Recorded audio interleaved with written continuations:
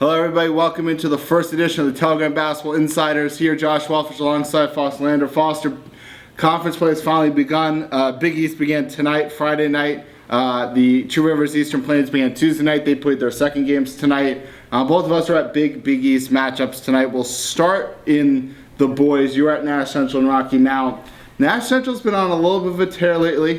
Finished second at the Cleveland tournament. Had two non-conference wins during the week against Bunn and Southwest Edgecombe, and they laid the hammer on the Griffons tonight. And I don't want to judge too much about Nash Central based on what we saw from Rocky Mount High and what we've seen all year out of the Griffons. I mean, they don't have really anybody that is a legitimate scorer or a legitimate basketball player, really. But they got a quiet night from Josh Mullins, only 5 points, and it's nice to see that they have other guys, Elijah Cole, Kishon Peoples, who had 18, kind of came out of nowhere. And once they got some shots to fall against Rocky Mount after a slow first half, they scored, I think it was 55 points in the second half to really pull away.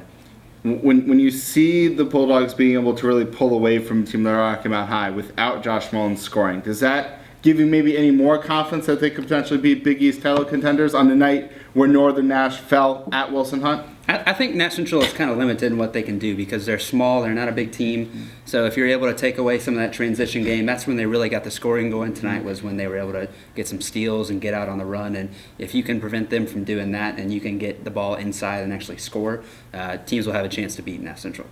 Well, one of the teams that had already lost to Nash Central the Christmas tournament was Southern Nash. They had 24 turnovers in that game. They only had 12 tonight. They probably put together their cleanest game offensively against a very high-pressure Wilson Fike defense. Fike pressured basically three-quarters court, put the guards in a lot of traps. The Firebirds did a good job at weaving the way around the traps, moving the ball effectively, hitting a lot of big shots, and they're able to defeat the Golden Demons 63-53 at home. I will temper this by saying Southern Nash did win their conference opener last year against Northern Nash fairly in the same fashion. That did not end nearly as well for Southern Nash. There's still a lot to be seen, and can they replicate this performance moving forward? But there was a lot of positive signs, I think, from Southern Nash, particularly offensively. They were more patient.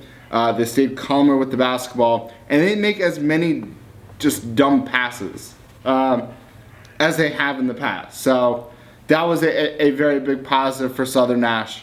Also in the boys' end, Tarboro won tonight. They doubled up on Rocky Mount Prep. They moved to 2-0 in the Two Rivers Conference alongside Riverside Martin. Southwest Edgecombe had a 16-point lead in the third quarter against Washington on Tuesday night. They blew that lead and lost to Washington. They had as big of a 7-point lead, I believe, in the fourth quarter tonight against North Pitt. Needless to say, they lost to North Pitt by 3 points. Sheldon Langley, after Tuesday night's game, was very distraught at the fact that his team could not hold a lead, and felt it was confusing to him how they kind of panic and get a lot more tentative with the lead. I wasn't there, so I don't know if that was the case again tonight, but certainly not a good trend for Southwest Edgecombe, who really should be 2-0 in the Eastern Plains Conference, but could not get it done. We'll switch over to the girls for a little bit. Southern Nash got killed by Wilson Fike. Northern Nash beat Wilson Hunt, but the real game was actually where you were at, Nash Central Rocky Mount High.